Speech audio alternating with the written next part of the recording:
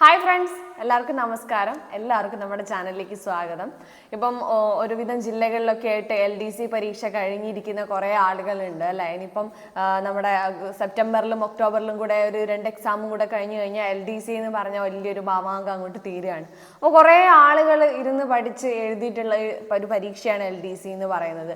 അപ്പം ഇപ്പം സംഭവിക്കുന്നത് എന്താണെന്ന് വെച്ചാൽ ഈ ഡിലീഷനും കാര്യങ്ങളൊക്കെ വരുന്നതോടുകൂടി കുട്ടികൾക്ക് കുറച്ചൊരു കോൺഫിഡൻസ് കുറയാണ്. ഇപ്പം ക്ലാസ്സുകളിലും ഈ സെൻറ്ററുകളിലും ഒക്കെ ആയിട്ട്, അതായത് ട്രെയിനിങ് സെൻറ്ററുകളിലും ഒക്കെ നല്ല രീതിക്ക് മാർക്ക് വാങ്ങി, മോഡൽ എക്സാമിനൊക്കെ 70, 80 ഒക്കെ മാർക്ക് വാങ്ങി ആത്മാർത്ഥമായി പഠിച്ച ആളുകൾ പക്ഷെ എക്സാം ഹാളിലേക്ക് എത്തുന്ന സമയത്ത് ടെൻഷൻ കൊണ്ടോ അല്ലെങ്കിൽ എങ്ങനെയെങ്കിലും ഒക്കെ മാർക്ക് കുറയുകയാണ് ചെയ്യുന്നത്. അത് കാരണം ഇപ്പം ഡിപ്രഷൻ അടിച്ചിരിക്കുന്ന കുറേ ആളുകളുണ്ട്. ഇപ്പം എനിക്ക് വരുന്ന കുറച്ച് മെസ്സേജസ് ഒക്കെ അതിൻ്റെയൊക്കെ അടിസ്ഥാനത്തിലാണ് ഞാൻ ഒരു വീഡിയോ ചെയ്യാമെന്നുള്ളൊരു തീരുമാനത്തിലേക്ക് എത്തിയത്.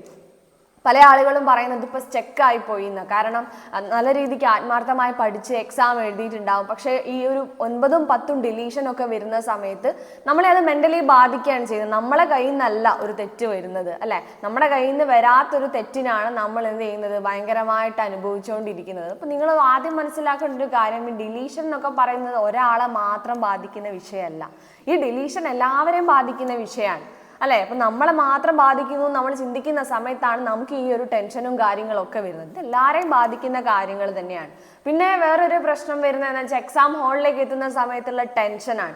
ഇപ്പം ഏറ്റവും കൂടുതൽ ആളുകൾ നേരിട്ടുകൊണ്ടിരിക്കുന്ന പ്രശ്നം തന്നെ ഇനി എന്ത് ചെയ്യണം എന്നുള്ള കാര്യമാണ്. ഇനി തുടർന്ന് പഠിക്കണോ, അതോ പഠിപ്പ് നിർത്തി വേറെ എന്തെങ്കിലും കാര്യങ്ങളിലേക്ക് പോകണോ, ഇനി അങ്ങോട്ട് പഠിച്ചിട്ട് കാര്യമുണ്ടോ, ഇനി അങ്ങോട്ട് എക്സാമുകൾ വരുന്നുണ്ടോ, ഇതൊക്കെയാണ് എല്ലാവരുടെയും ചോദ്യങ്ങൾ. അപ്പം എല്ലാവർക്കും കൂടി ഒരു റിപ്ലൈ എന്നോണാണ് നമ്മൾ ഈ വീഡിയോ ചെയ്യുന്നത്. ഓക്കെ, അപ്പം ആദ്യം എനിക്ക് പറയാനുള്ളത് ഈ സ്റ്റക്കായി നിൽക്കുന്ന ആളുകളോടാണ്. LDC പരീക്ഷ കഴിഞ്ഞിട്ട് സ്റ്റക്കായി നിൽക്കുന്ന ആളുകളോടാണ്. ഇനി എന്ത് ചെയ്യണം? നമുക്കറിയാം നമ്മൾ എത്രത്തോളം എഫേർട്ട് എടുത്തിട്ടാണ് ഈ LDC പരീക്ഷയ്ക്ക് തയ്യാറെടുത്തതെന്ന് അല്ലേ. 1 മാസം കൊണ്ടോ 2 മാസം കൊണ്ടോ, ഇപ്പോൾ നമ്മൾ കോളേജിലോ ഡിഗ്രിക്കോ +2നോ പഠിക്കുന്ന ഒരു പരീക്ഷ എന്നൊക്കെ പറയുമ്പോൾ പരീക്ഷേൻ്റെ ഒരാഴ്ച മുന്നേ ആയിരിക്കുമ്പോൾ സിലബസ് തന്നെ കണ്ടൊക്കെ തുടങ്ങുകയൊക്കെ ചെയ്യുക. അതുപോലെയല്ല നമ്മൾ ഈ LDC പരീക്ഷയ്ക്ക് പ്രിപ്പയർ ചെയ്തത്. നമ്മൾ ഇതിൻ്റെ മുന്നേ തന്നെ ഒരു 6 മാസം മുന്നെയോ 1 വർഷം മുന്നെയോ ഒക്കെ ഇതിന് പ്രിപ്പയർ ചെയ്ത് തുടങ്ങിയ ആളുകളാണ് നമ്മൾ. എത്രത്തോളം എഫേർട്ട് എടുത്തിട്ടുണ്ടെന്നുള്ളത് ഞാൻ പറയാതെ തന്നെ നിങ്ങൾക്ക് ആലോചിച്ച് നോക്കി അറിയാം. പല കാര്യങ്ങളും നമ്മൾ മാറ്റി വെച്ചിട്ടുണ്ട് ഈ ഒരു എക്സാമിന് വേണ്ടിക്കൊണ്ട്. പല കാര്യങ്ങളും മാറ്റി വെച്ച് അതൊക്കെ അല്ലേ ത്യജിച്ചിട്ടാണ് നമ്മൾ എന്ത് ചെയ്തത്, ഈ ഒരു എക്സാമിന് പ്രിപ്പയർ ചെയ്തിട്ടുള്ളത്. അപ്പം ഒരു ബേസ് ഉണ്ടാക്കി എടുക്കാൻ തന്നെ 2-3 മാസം നമ്മൾ എടുത്തിട്ടുണ്ട്. അവിടെ തന്നെ SCERT, NCERT, പ്രീവിയസ് ഇയർ ക്വസ്റ്റ്യൻസും ബാക്കിയുള്ള കിട്ടുന്ന സോഴ്സും ഒക്കെ നമ്മൾ പഠിച്ചിട്ടാണ് നല്ലൊരു ബേസ് നമ്മൾ അരക്കിട്ട് ഉറപ്പിച്ചത്. അതിൽ നിന്നാണ് നമ്മൾ പിന്നീട് കൂടുതലായിട്ട് ഡീപ്പറായിട്ട് പഠിച്ച് നല്ലൊരു രീതിക്ക് എത്തിച്ച് വെച്ചത് ഇപ്പം അല്ലേ. അപ്പോൾ ഇത്രത്തോളം എഫേർട്ട് എടുത്ത് കഴിഞ്ഞ് ഒരു എക്സാം നമ്മൾ എഴുതി കഴിഞ്ഞു. ചിലപ്പോൾ നിങ്ങളിപ്പം ഈ ഒരു സർക്കാർ ഉദ്യോഗത്തിൽ കയറിയ ഒരാളോട് ചോദിച്ചു കഴിഞ്ഞാൽ അവർ ചിലപ്പോൾ എയിം ചെയ്ത പരീക്ഷ ഏതെങ്കിലും ഒരു LDCക്ക് എയിം ചെയ്ത് പഠിച്ച ആളുകളായിരിക്കും. ചിലപ്പോൾ അവരിപ്പം വർക്ക് ചെയ്യുന്ന LDCയിലായിരിക്കും, അല്ലെങ്കിൽ ആ ഒരു LDC എക്സാമിന് അവർക്ക് നല്ല രീതിക്ക് പെർഫോം ചെയ്യാൻ കഴിഞ്ഞിട്ടുണ്ടാവില്ല.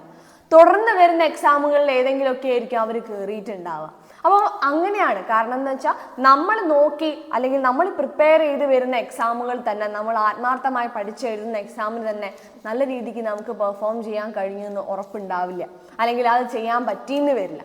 എന്ന് വെച്ച് ആ സമയത്ത് നമ്മൾ അങ്ങോട്ട് ഫുൾ സ്റ്റോപ്പ് ഇട്ട് വേറെ എന്തെങ്കിലും കാര്യങ്ങളിലേക്ക് തിരിഞ്ഞു കഴിഞ്ഞാൽ നമുക്ക് നഷ്ടമാവുന്നത് നമ്മുടെ 1 വർഷത്തെയോ അല്ലെങ്കിൽ നിങ്ങൾ എത്ര കാലഘട്ടമാണോ ഇതിന് തയ്യാറെടുക്കാൻ വേണ്ടിയെടുത്തത് ആ ഒരു സമയമാണ് നമുക്ക് നഷ്ടമാവും. നിങ്ങൾ ആലോചിച്ച് നോക്കി, ഇത്രയും സമയത്ത് നമ്മൾ പ്രിപ്പയർ ചെയ്തിട്ട് ഒരു എക്സാം അവിടെ പോയി എന്ന് വെച്ച് അത് അവിടെ കളഞ്ഞു പോയിട്ടുണ്ടെങ്കിൽ പിന്നെ ഇനി എങ്ങാനും മനം മാറി നമ്മൾ ഈ ഒരു ഫീൽഡിലേക്ക് തിരിച്ചു വരികയാണെങ്കിലോ നമ്മൾ എവിടുന്ന് തുടങ്ങണം? വീണ്ടും നമ്മൾ ഒന്നേന്ന് തുടങ്ങിയിട്ടാണ് ഈ കാര്യങ്ങളൊക്കെ ഉണ്ടാക്കിയിട്ട് കൊണ്ടുവരേണ്ടത് അല്ലേ. അപ്പം നിങ്ങൾ ചെയ്യേണ്ട ഒരു കാര്യം എന്ന് പറഞ്ഞാൽ, ഇനി അങ്ങോട്ട് വരാനുള്ള എക്സാമുകൾ, ഇപ്പം സെക്രട്ടേറിയറ്റ് OA, പിന്നെ കമ്പനി ബോർഡ് LGS, അതുപോലെ കുറേ എക്സാമുകൾ ഇനി വരാനുണ്ട് അല്ലേ. ഇനിയിപ്പം എന്നും ഡീപ്പറായിട്ട് പഠിക്കുന്ന ആളുകളാണെങ്കിൽ ഡിഗ്രി ലെവലിലുള്ള ഏറ്റവും നല്ല പോസ്റ്റ്, സെക്രട്ടേറിയറ്റ് അസിസ്റ്റന്റ് പോലെയുള്ള പോസ്റ്റുകളൊക്കെ ഇനി വരാനുണ്ട്. അപ്പം നമ്മളിപ്പം ഒരു ബേസ് ഉണ്ടാക്കി വെച്ചിരിക്കുകയാണ്. നല്ലൊരു ബേസ് നമ്മൾ അരക്കിട്ട് ഉറപ്പിച്ചിട്ടുണ്ട്. ആ ഒരു ബേസ് നിങ്ങൾ ഒരിക്കലും കളഞ്ഞു കൊടുക്കരുത്. അത് കളഞ്ഞു പോയി കഴിഞ്ഞാൽ നമ്മൾ ഉണ്ടാക്കി കൊണ്ടുവരാൻ കുറേ സമയമെടുക്കും.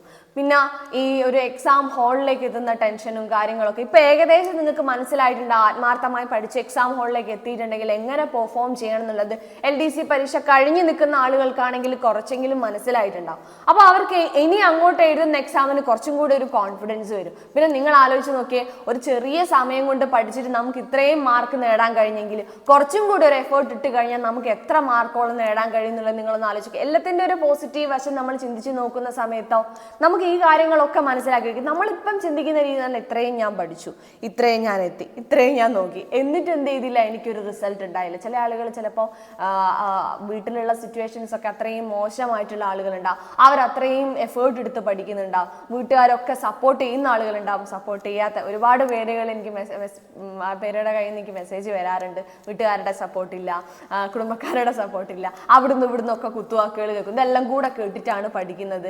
ഇനി എങ്ങനെ മുന്നോട്ട് പോകാൻ കഴിയുന്ന അറിയില്ല എന്നൊക്കെ പറഞ്ഞുകൊണ്ട് കുറേ ആളുകൾ മെസ്സേജ് അയക്കാറുണ്ട്.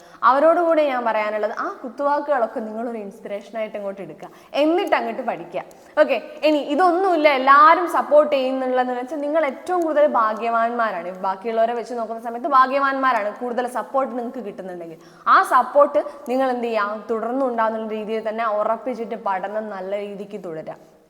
ഇനി ഈ സ്റ്റക്കായി നിന്ന് ഇനി എന്ത് ചെയ്യണം എന്നൊരു ഐഡിയ ഇല്ലാതിരിക്കുന്ന ആളുകളാണെങ്കിൽ നിങ്ങൾ ആദ്യം കുറച്ച് നിങ്ങൾ പഠിച്ച കാര്യങ്ങൾ വലിയ വലിയ രീതിയിലേക്കൊന്നും ഇനി പെട്ടെന്ന് അങ്ങോട്ട് നിങ്ങൾ സ്റ്റാർട്ട് ചെയ്യുമ്പോൾ റീസ്റ്റാർട്ട് ചെയ്യുന്ന സമയത്ത് വലിയ രീതിക്കൊന്നുള്ള കാര്യങ്ങൾ ഇത്രയും ബേസ് എനിക്കുണ്ട്, ഇനി ഞാൻ NCERT ഇങ്ങോട്ട് പഠിക്കട്ടെ എന്നാണ്, അതൊന്നും എടുത്തു വയ്ക്കേണ്ട കാര്യമില്ല. ആദ്യം നമ്മൾ പഠിച്ച കാര്യങ്ങൾ തന്നെ ഒന്നങ്ങോട്ട് റിവൈസ് ചെയ്യാം.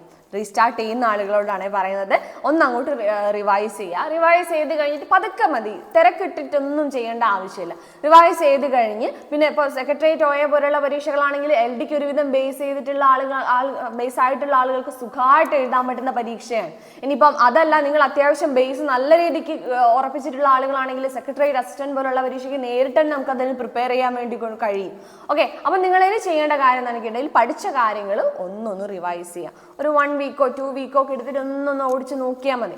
പിന്നെ അതിന് കഴിഞ്ഞതിന് ശേഷം പതുക്കെ ട്രാക്കിലേക്ക് കയറുക. ഓക്കെ, അപ്പം ഇനി താൽക്കാലികമായിട്ടൊരു ആദായം കിട്ടുന്ന ഒരു ജോലിയിലേക്ക് നമ്മൾ പലരും ചിലപ്പോൾ ഇത് കഴിഞ്ഞിട്ട് അങ്ങോട്ട് ഏർപ്പെട്ടിട്ടുണ്ടാവും. ചിലപ്പോൾ നമ്മുടെ കുടുംബത്തിൻ്റെ അവസ്ഥയും നമ്മളെ അവസ്ഥയും എല്ലാം കൊണ്ടായിരിക്കും നമ്മൾ അങ്ങനെ ചെയ്യേണ്ടി വരുന്നത്, അല്ലേ? പക്ഷെ നിങ്ങൾ ശ്രദ്ധിക്കേണ്ട ഒരു കാര്യം എന്ന് പറഞ്ഞാൽ നമ്മളൊരു സാധനം ഉണ്ടാക്കി വെച്ചിട്ടുണ്ട് ഇവിടെ, അല്ലെ? അതൊരിക്കലും നഷ്ടപ്പെടുത്താതിരിക്കാൻ വേണ്ടിയിട്ട് നമ്മൾ നോക്കണം. അപ്പം ഈ ഒരു ജോലിയിൽ ഏർപ്പെടുന്നതൊക്കെ ശരി തന്നെയാണ്, പക്ഷെ ഈ നമ്മൾ ഉണ്ടാക്കി വെച്ച സാധനം ഇവിടുന്ന് നഷ്ടപ്പെടുത്തരുത്. അപ്പം നിങ്ങൾ ചെയ്യേണ്ട ഒരു കാര്യം എന്ന് പറഞ്ഞാൽ സ്റ്റക്കായി നിൽക്കുന്ന ആളുകളാണെങ്കിൽ നല്ല രീതിക്ക് റിവൈസ് ചെയ്യുക. റിവൈസ് ചെയ്ത് കഴിഞ്ഞിട്ട് ഇനി അങ്ങോട്ട് പഠിക്കാനുള്ള കാര്യങ്ങളുടെ നമുക്ക് എന്തൊക്കെയാണ് നമ്മൾ തീരെ തൊടാത്ത ടോപ്പിക്കുകൾ അതൊക്കെ ഒന്ന് എഴുതിയെടുത്ത് വെച്ചിട്ട് പ്രീവിയസ് ക്വസ്റ്റ്യൻസ് നല്ല രീതിക്ക് ചെയ്ത് ഒരു ലെവലാക്കി എടുക്കുക.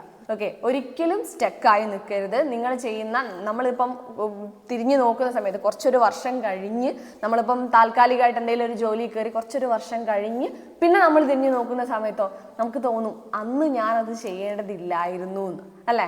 ഇപ്പം ഞാൻ നേരത്തെ പറഞ്ഞ പോലെ സർക്കാർ ജോലിയിലേക്ക് കയറിയിട്ടുള്ള ഒരുവിധ ആളുകളെയൊക്കെ നോക്കിക്കഴിഞ്ഞാൽ നിങ്ങൾക്ക് മനസ്സിലാവും ഇവരൊന്നും ചിലപ്പോൾ ഒരു എക്സാം കോൺസെൻട്രേറ്റ് ചെയ്ത് പഠിച്ച ആളുകളായിരിക്കില്ല. ഇവരൊക്കെ ഏതെങ്കിലും ഒന്നിൽ കയറുന്നുള്ള ഒരു ഹോപ്പോട് കൂടെ മുന്നോട്ട് പഠിച്ച ആളുകളായിരിക്കും. അതേപോലെ തന്നെ നിങ്ങളിപ്പോൾ LDക്ക് വേണ്ടി പഠിച്ചു എന്ന് വെച്ചിട്ട് അതങ്ങോട്ട് കഴിഞ്ഞ് ആ പഠിത്തം നിർത്തരുത്. നേരെ എന്ത് ചെയ്യുക, അടുത്ത എക്സാം എന്നുള്ള രീതിയിൽ നല്ല രീതിക്ക് പൂർവാധികം ശക്തിയോടെ തിരിച്ചു വരിക എന്ന് പറയില്ലേ, അതേപോലെ തന്നെ നല്ല രീതിക്ക് പഠിച്ചങ്ങോട്ട് തുടങ്ങുക. നിങ്ങൾക്ക് എന്തായാലും കിട്ടും. നമ്മളെ എഫേർട്ട് ഒരിക്കലും വേസ്റ്റ് ആയി പോവില്ല. നിങ്ങൾ എത്രത്തോളം എഫേർട്ട് എടുക്കുന്നുണ്ടോ അതിൻ്റെ റിസൾട്ട് നിങ്ങൾക്ക് എന്തായിട്ടും ലഭിക്കും. ഓക്കെ, അപ്പോൾ അടുത്തൊരു വീഡിയോയിൽ നമുക്ക് പഠിക്കാനുള്ള ടോപ്പിക്കായിട്ട് കാണാം. നിങ്ങൾക്ക് എല്ലാവർക്കും ഇതൊരു റിലീഫ് ആയെന്ന് ഞാൻ വിചാരിക്കുന്നു. എനിക്ക് മെസ്സേജ് അയച്ചിട്ടുള്ള അല്ലെങ്കിൽ എന്നോട് കുറേ ആളുകൾ പറഞ്ഞിട്ടുള്ള അവർക്ക് എല്ലാവർക്കും കൂടി ഒരു റിപ്ലൈ എന്നോടാണ് ഞാൻ ഈ വീഡിയോ ചെയ്തിട്ടുള്ളത്. ആളുകളുടെ പേരെടുത്ത് പറയാനാണെങ്കിൽ കുറേ ഉണ്ട്, അത് ഞാൻ പറയുന്നില്ല. ഇന്നും നിങ്ങൾക്ക് എന്തെങ്കിലും പേഴ്സണലായിട്ട് എന്തെങ്കിലും കാര്യം പറയണമെന്നുണ്ടെങ്കിലോ അല്ലെങ്കിൽ നിങ്ങൾ എന്തെങ്കിലും ഒരു വിഷമോ കാര്യങ്ങളോ പറയണമെന്നുണ്ടെന്നാണെന്നെങ്കിൽ നിങ്ങൾ ഒന്ന് ടെലിഗ്രാം ഗ്രൂപ്പിൽ ഒന്ന് മെസ്സേജ് ചെയ്യുക. ഞാൻ നിങ്ങൾക്ക് അങ്ങോട്ട് പേഴ്സണൽ മെസ്സേജ് ആയിട്ട് നമുക്കൊന്ന് ചിറ്റ് ചെയ്ത് ഒന്ന് സംസാരിക്കാൻ പറ്റുന്നതാണ്. ഓക്കെ, അപ്പോൾ അങ്ങനെ എന്തെങ്കിലും നിങ്ങൾക്ക് പറയാനുണ്ടെങ്കിൽ നിങ്ങളൊന്ന് ടെലിഗ്രാം ഗ്രൂപ്പിൽ നമ്മുടെ ലേൺ വിത്ത് കാവ്യ എന്ന് പറഞ്ഞ ടെലിഗ്രാം ഗ്രൂപ്പിൽ ഒന്ന് ജോയിൻ ചെയ്തിട്ട് അതിൽ ആ പൊളിറ്റി ചാറ്റ് എന്ന് പറഞ്ഞ ഡിസ്കഷൻ ഗ്രൂപ്പിൽ ഒരു മെസ്സേജ് ഇട്ടാൽ മതി. മിസ് ഒരു പേഴ്സണൽ മെസ്സേജ് അയക്കണം എന്ന് പറഞ്ഞൊരു മെസ്സേജ് ഇട്ടാൽ മതി. നമുക്ക് എന്ത് ചെയ്യാം, എന്താണ് നിങ്ങൾക്ക് പറയാനുള്ളത് പറയുന്നത് അത് കേൾക്കാൻ ഇപ്പുറത്തെ ഒരാളുണ്ടാവും. ഓക്കെ അല്ലേ? അപ്പോൾ അടുത്ത ക്ലാസ്സിൽ പഠിക്കാനുള്ളൊരു ടോപ്പിക്കായിട്ട് കാണാം. താങ്ക്